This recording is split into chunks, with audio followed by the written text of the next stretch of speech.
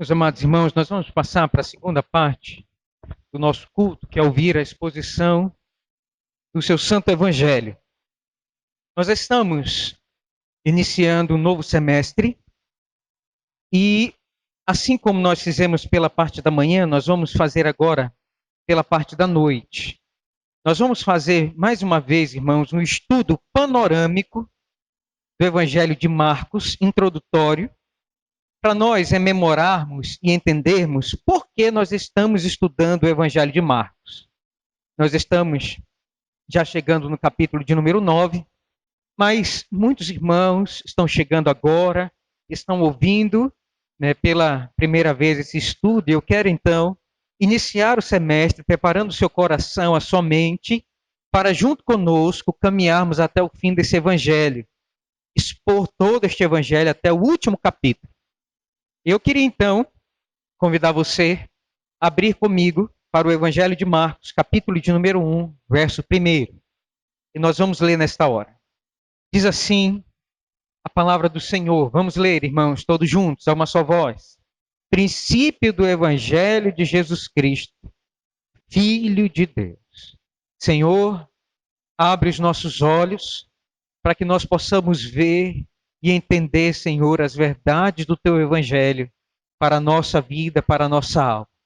E quanto mais nós ouvirmos e entendermos de Jesus, mais, Senhor Deus, gratos seremos nesta vida, porque mais firme o nosso coração vai estar na rocha que é Cristo. Que o Senhor, por favor, nos ajude agora e nos abençoe. No nome de Jesus, amém.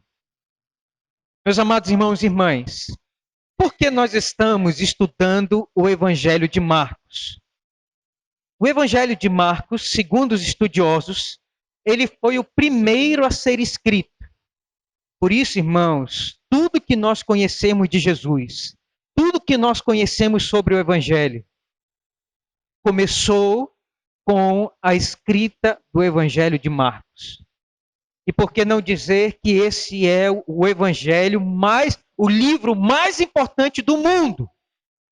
Porque se nós não tivéssemos o Evangelho de Marcos, nada conheceríamos sobre Cristo, sobre salvação, sobre perdão de pecados, sobre o plano redentivo de Deus. Não conheceríamos a história do ministério terreno de Cristo.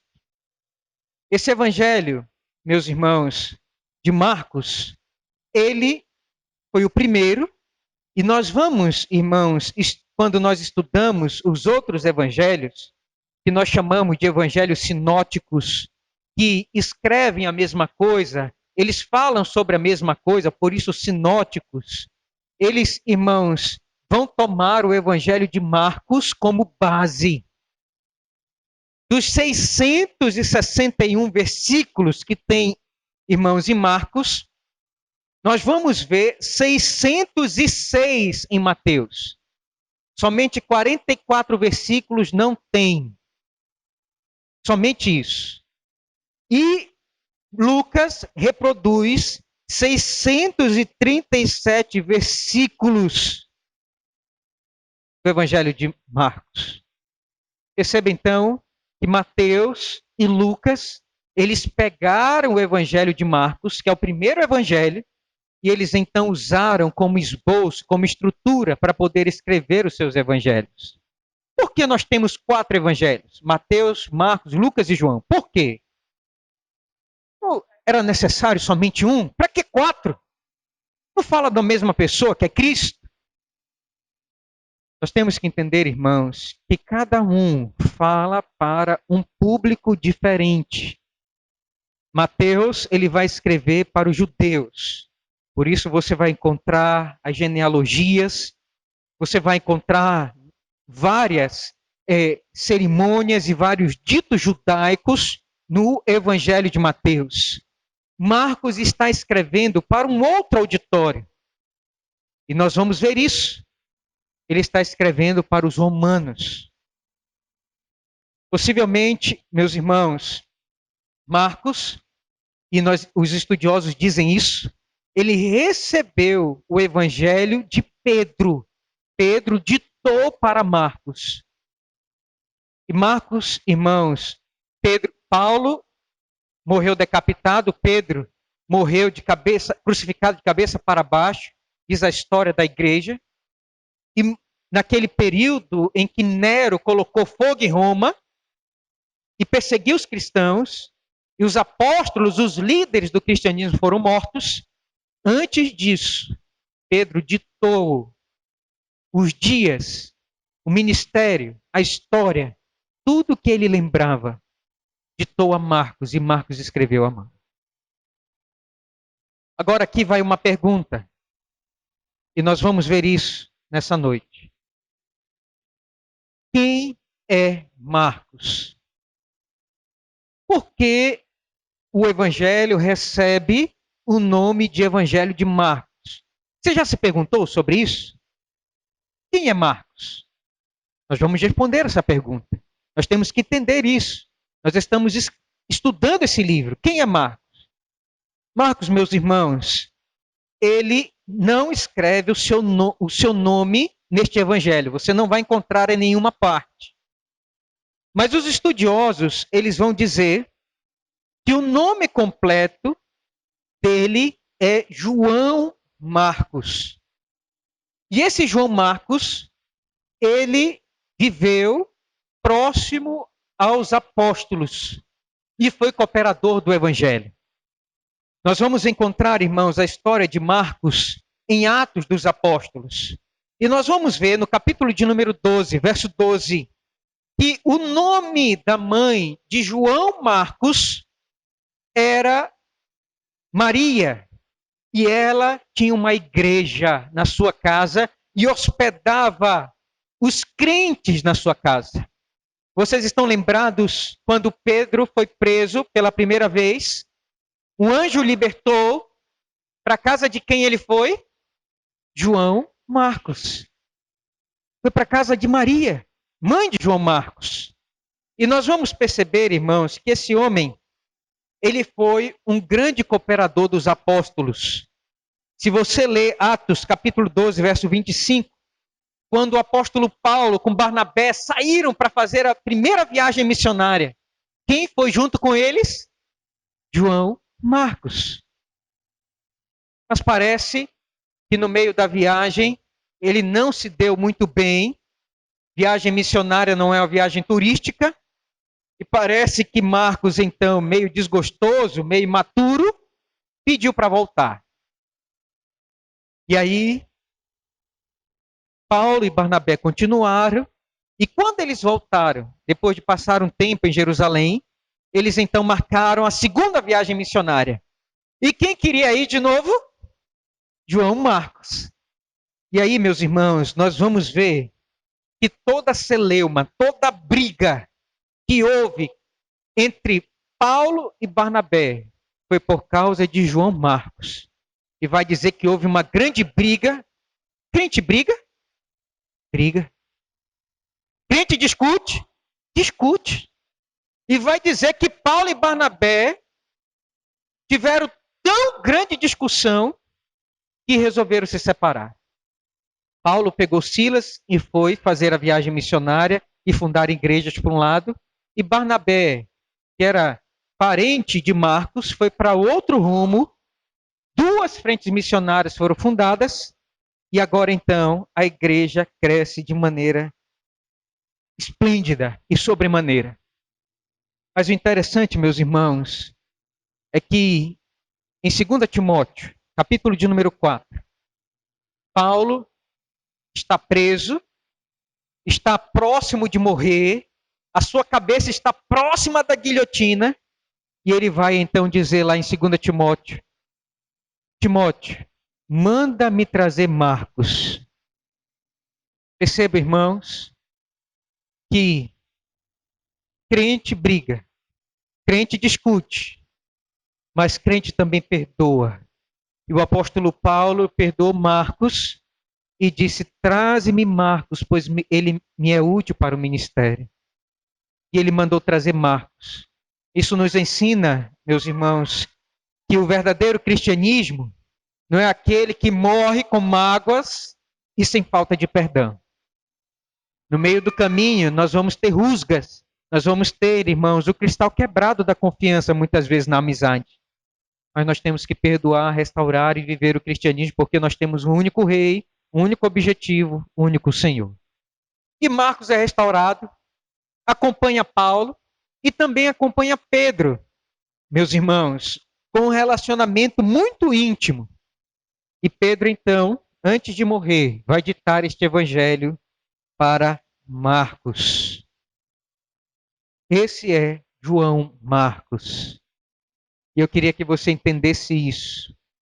Para quem ele está escrevendo? Segunda pergunta. Vamos fazer essa pergunta. Qual foi a situação que Marcos escreveu este evangelho? Você já se perguntou sobre isso? Marcos, irmãos, ele está escrevendo para os romanos que estavam se convertendo com a pregação do evangelho. Paulo estava pregando para eles, Pedro também. E ali formou-se uma igreja. Paulo vai escrever a epístola aos romanos. E nós vamos perceber que foi preciso, então, fazer um relato do ministério de Cristo para que eles entendessem quais foram os ditos, as palavras, as parábolas, o ministério de Jesus Cristo. Os romanos precisavam entender isso. E você vai notar, irmãos, que no Evangelho de Marcos você não vai encontrar senão somente uma só parábola. E esse evangelho é o evangelho mais curto de todos. Por quê? Porque Paulo entende que os romanos, eles não gostam de filosofia. Quem gosta são os gregos. Os romanos, eles são práticos. Os romanos, eles são trabalhadores. Os romanos, eles gostam da ação.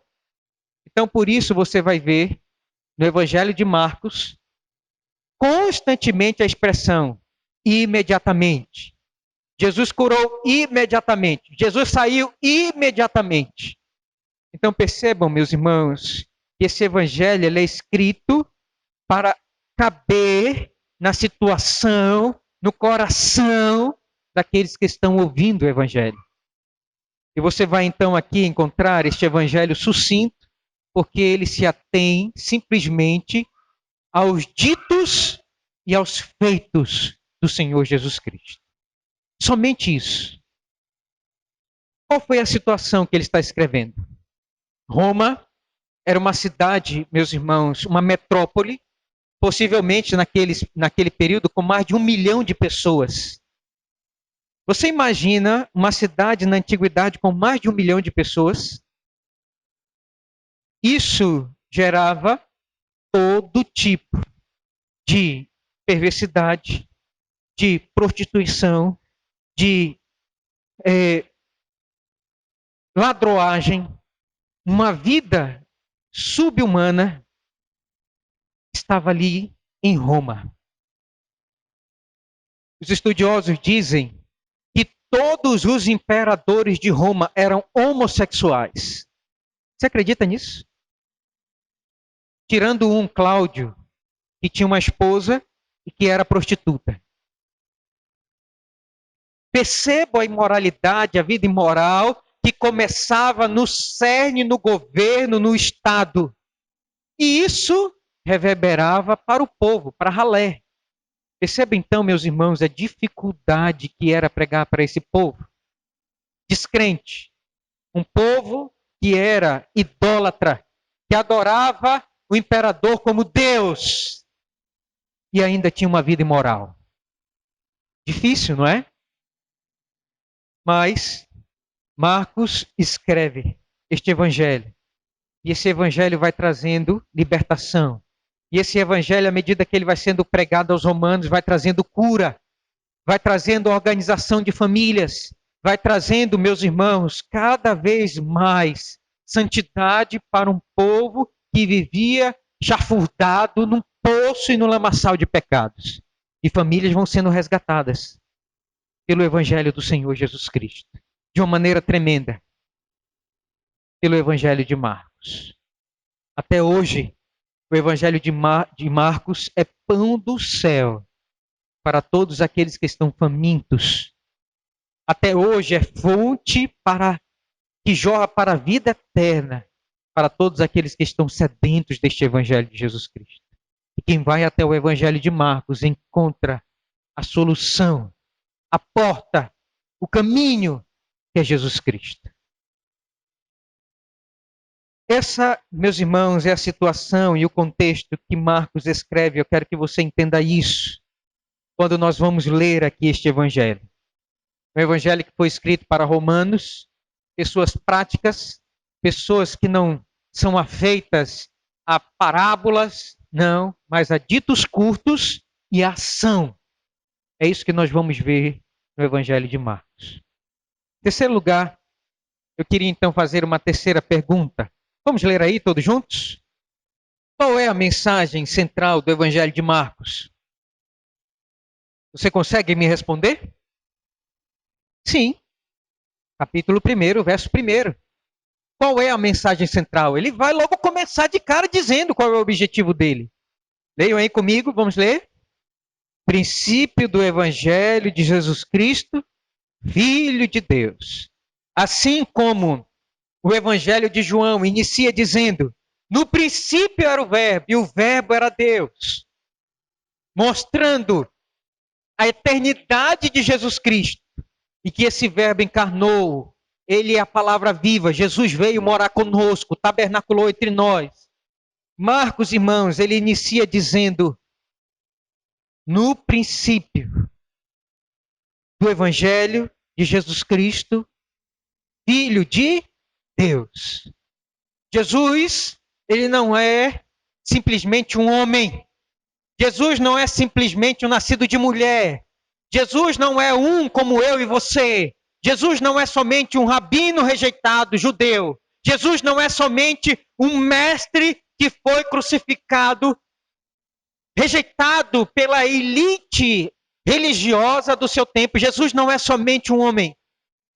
Jesus é filho de Deus. Essa é a declaração de João Marcos. Esse é o entendimento do evangelho da igreja cristã. Quem é Jesus para mim e para você? 100% homem, mas 100% Deus. Jesus, ele não é um mentiroso. Porque se ele fosse um mentiroso, até hoje ele estaria enganando as pessoas. Jesus não é um mentiroso. Segundo, Jesus, ele não é um louco, um maluco. Porque se ele fosse um maluco, que se dizia filho de Deus, como muitos dizem, ele não mereceria crédito. Mas há uma terceira possibilidade sobre Cristo. Ele é verdadeiramente o Filho de Deus. E se ele for verdadeiramente o Filho de Deus, você tem que colocar a sua fé, a sua atenção, a sua consideração nas palavras do seu Evangelho. Você tem que entregar a sua vida a Ele. Você tem que entregar os seus fardos a Ele. Você tem que pedir perdão a Ele pelos seus pecados. E você tem que pedir que Jesus, pela sua misericórdia, visite a sua vida, derramando o seu sangue sobre você, para que no dia do juízo, Deus não veja você, mas veja o sangue de Cristo sobre você. E a ira de Deus não recaia sobre a sua vida, mas você seja salvo pelo sangue de Cristo Jesus, o Senhor. Porque Jesus é filho de Deus. E se ele é filho de Deus, ele tem poder para perdoar os pecados de toda a humanidade. Porque ele é Deus e o seu sacrifício é infinito. E não há nenhum pecado na sua vida que ele não possa perdoar. E não há nenhuma mancha que ele não possa apagar. E não há nenhuma iniquidade que ele não possa limpar. Davi, ele vai dizer no Salmo de número 51, meus irmãos, sobre a limpeza que Deus pode fazer. Veja comigo, por favor. Abra para o Salmo de número 51. Quem é esse Deus? O que ele pode fazer com os nossos pecados?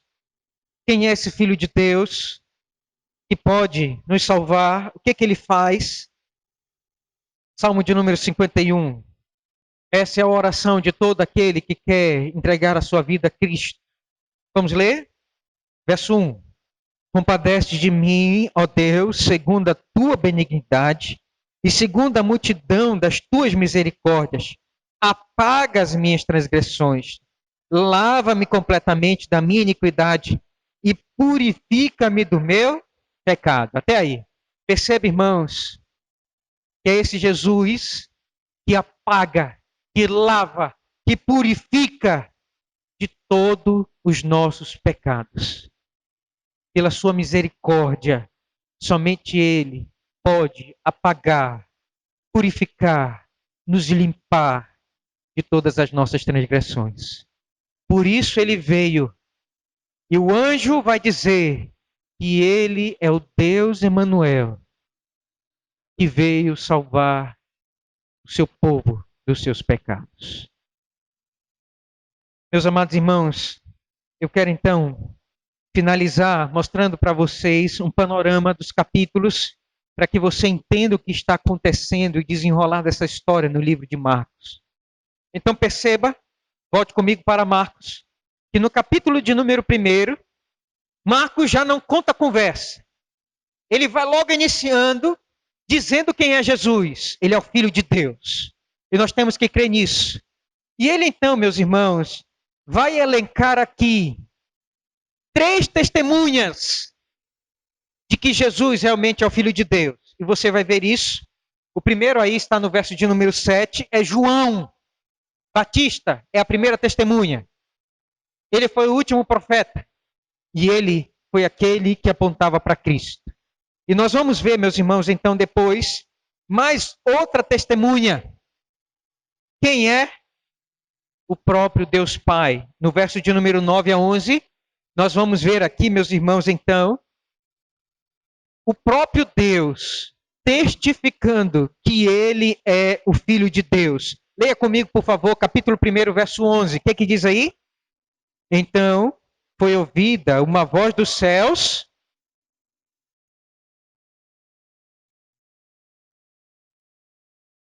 Porque nós temos que crer que Jesus é o Filho de Deus. Primeiro, por causa do testemunho de João Batista. Segundo, por causa do testemunho do próprio Deus que rasgou o céu e disse: Este é o meu Filho amado, em quem me comprazo, a ele ouvi. E depois, meus irmãos, nós vamos ter mais um testemunho. De quem é? Do próprio Satanás. Satanás vai se levantar contra Cristo, mas não vai conseguir vencê-lo. E ele vai mostrar aqui que ele é o Filho de Deus para o diabo. E ele vai pisar agora a cabeça da serpente, do grande adversário da igreja, de nossas almas. Ele vai destruir aqui e vai humilhá-lo. E nós vamos ver então, no capítulo de número 2, que o Senhor Jesus Cristo vai começar o seu ministério. Percebam que ele então vai se afastar de Jerusalém, que era o centro religioso, e vai então fazer o seu quartel-general em Cafarnaum, que era próximo do mar da Galileia. E todas as curas, expulsão de demônios que Cristo vai fazer, ele vai fazer ali naquela região da Galileia, que era a região esquecida dos judeus. E nós vamos perceber então, irmãos, no capítulo de número 3, que começa a oposição dos escribas e dos fariseus. Percebam, meus irmãos e irmãs, que quando alguém se levanta no nome de Deus, quer servir a Deus, logo se levanta oposição. Quem se levantou aqui em oposição a Jesus Cristo? A elite religiosa dos seus dias. Os escribas e os fariseus. Mas vai dizer, irmãos, Marcos, que essa oposição, ela também foi piorada, porque os escribas e fariseus, eles se juntaram aos herodianos, que eram os judeus que apoiavam Herodes no governo do seu trono. De um lado, religiosos frios. Religiosos que eram hipócritas, os fariseus. De outro lado, crentes que eram mundanos, judeus mundanos, que viviam se banqueteando com Herodes. Percebam que uma vida santa, uma vida que quer agradar a Deus, vai incomodar tanto religiosos hipócritas, frios, quanto crentes mundanos. A partir do capítulo de número 3, nós vamos perceber então Marcos mostrando a grande oposição ao ministério de Cristo. Os escribas, 3 frentes de luta. Os escribas, que eram versados nas Sagradas Escrituras, que eram os copistas das Sagradas Escrituras, os fariseus, que eram os líderes religiosos da nação judaica, e os herodianos. 3 frentes de batalha. E nós vamos então, meus irmãos, perceber que o Senhor Jesus Cristo, no capítulo de número 5 e no capítulo de número 6, até o 7, ele então resolve se afastar. E ele vai então, meus irmãos, pregar para mais distante.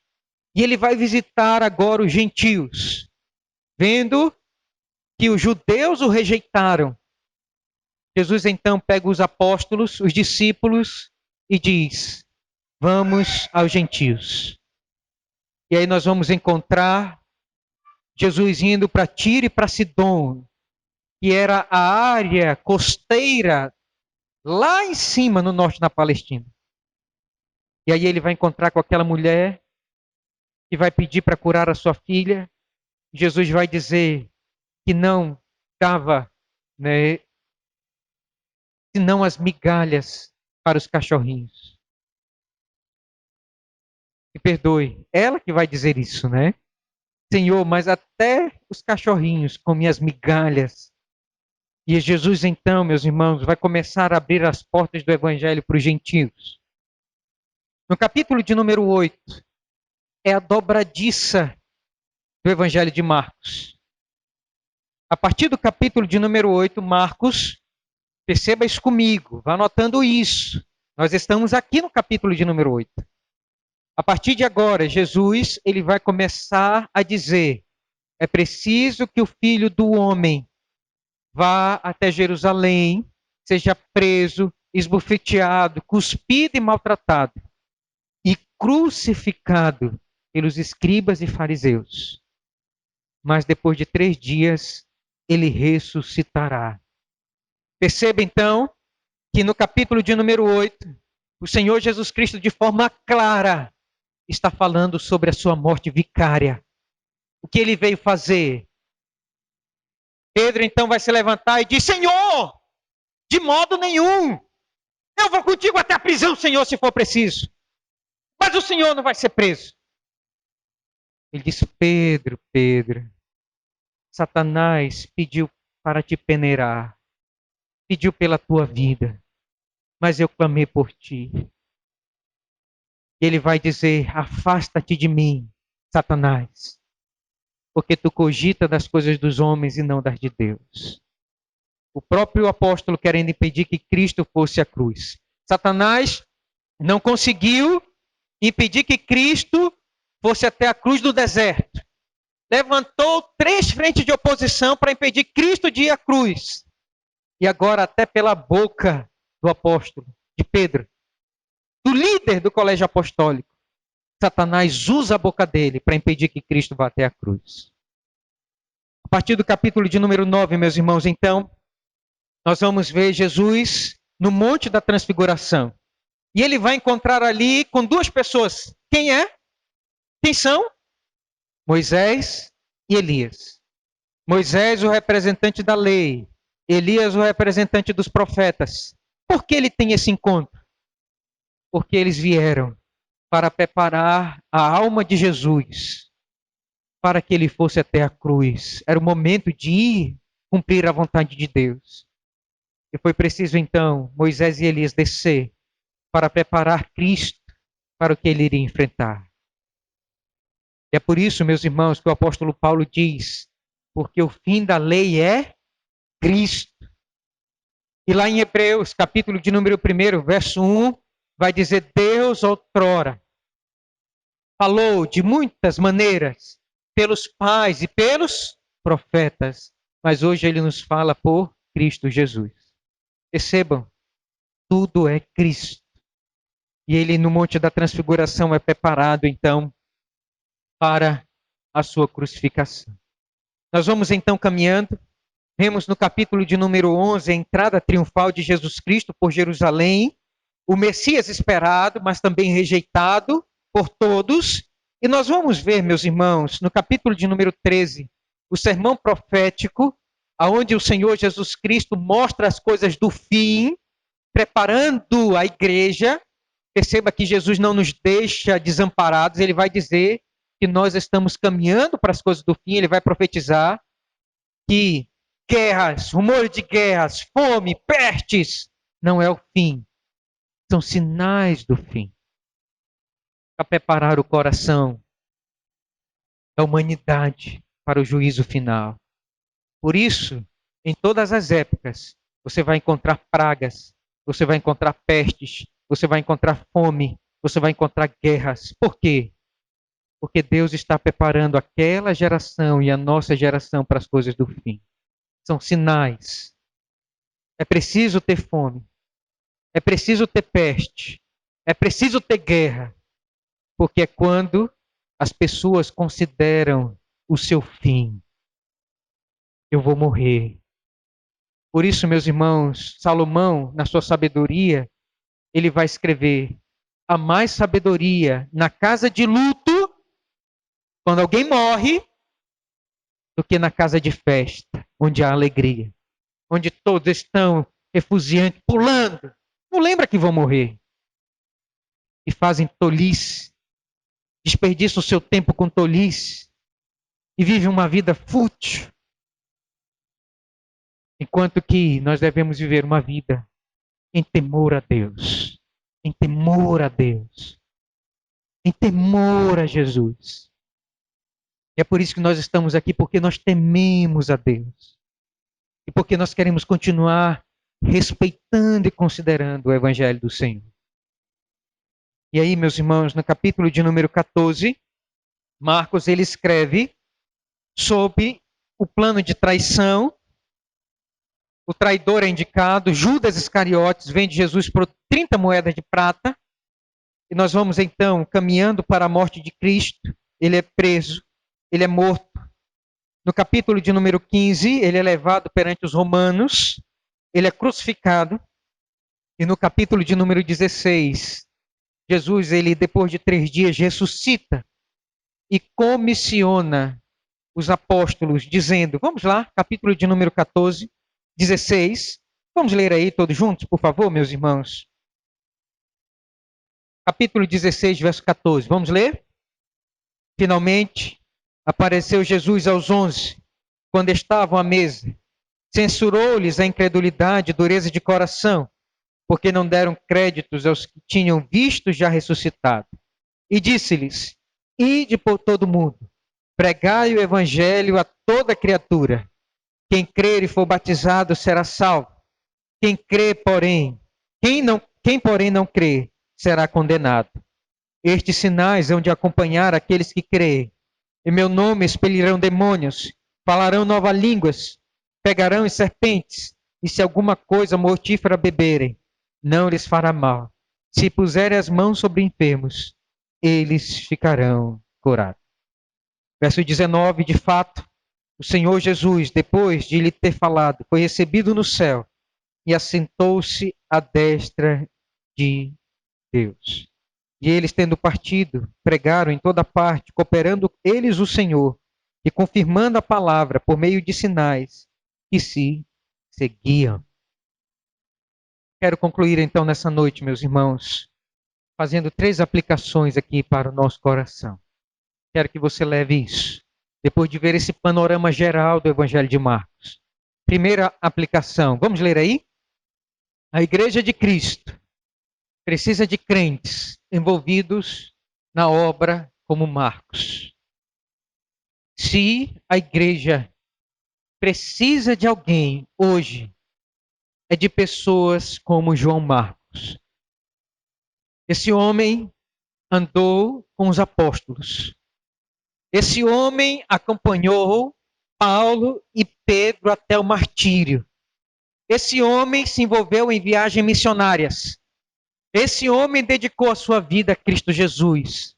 a tal ponto de escrever um evangelho com 16 capítulos. A igreja precisa de alguém como Marcos. Pessoas envolvidas na igreja. Pessoas que têm um senso missionário. Contribuem com missões. Fazem viagem missionária. Se importam com o reino de Deus. Fazem do seu trabalho, da sua casa, uma agência missionária. Levam pessoas a Jesus. Escrevem para outras pessoas no WhatsApp, mandando partes do evangelho. Pessoas que são como Marcos. Queria que você levasse isso no seu coração. Que a imagem de Marcos possa hoje brilhar na sua vida. Que você siga os passos desses homens que andaram com os apóstolos, que andaram com Jesus Cristo.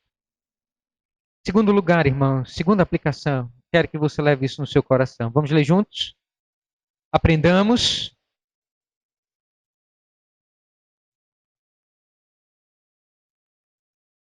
Olha só. Tem crente que quer pregar como 30 anos atrás. E ainda quer pregar, né, com imposição e dizendo, tu vai para o inferno. Rapaz, eu vou para o inferno mesmo. Quem quer ouvir uma mensagem dessa, rapaz? É isso? Não é assim. Perceba, irmãos, que Marcos ele escreveu aos Romanos e ele escreveu com relevância para que eles entendessem. E eu quero dizer para você, você tem que saber ler os seus dias. Os estudiosos dizem que você tem que ter numa das mãos um jornal e na outra mão o Evangelho de Marcos, para poder aplicar o Evangelho aos nossos dias. Para que, meus irmãos, a sua mensagem como crente seja relevante. Você tem que mostrar às pessoas quem é Jesus. Você tem que mostrar às pessoas que Ele é o Filho de Deus. Mas também que Ele foi o servo sofredor. Que Ele foi rejeitado. E hoje, as pessoas também rejeitam a Jesus. São pessoas céticas. São pessoas que amam as filosofias dos nossos dias. E você tem que dizer, assim também foi Jesus. Ele foi rejeitado. Mas eu quero dizer para você, Ele é o Filho de Deus que pode perdoar todos os seus pecados. Ele pode apagar, Ele pode limpar, Ele pode purificar você de todos os seus pecados. Você tem que levar o Evangelho de Marcos a ser relevante à nossa geração hoje. Seus familiares precisam desse Evangelho. Seus vizinhos precisam desse Evangelho. Seus pais precisam desse Evangelho. Seus filhos precisam entender esse Evangelho. Por isso, irmãos, leve o Evangelho de Marcos para o coração daqueles que ainda não têm e não entendem a Jesus Cristo como Filho de Deus. Terceiro e último lugar, eu quero que você leve isso no seu coração. Vamos ler todos juntos? Que a essência da nossa mensagem seja sempre Jesus, homem e Deus. Esse Jesus, ele foi 100% homem. Ele sofreu no meu e no seu lugar. Ele foi até a cruz por mim e por você, para levar as nossas dores e os nossos fardos, os nossos pecados sobre o seu corpo. Ele foi homem e ele sentiu o que nós passamos. Ele não foi um fantasma, ele foi homem. Mas também ele é Deus. E você tem que entender isso, porque somente Deus é quem pode perdoar os nossos pecados. Porque se Jesus fosse somente um homem, ele não poderia perdoar os nossos pecados, jamais. Maomé não pode fazer isso. Buda não pode fazer isso. Somente Senhor Jesus Cristo. Você não encontra salvação no Alcorão, no islamismo, no budismo, em qualquer outra religião. Não. Somente no cristianismo, onde Deus é um Deus homem e Deus é que pode nos salvar. Que Deus nos abençoe pela mensagem do Evangelho de Marcos nessa noite. Amém.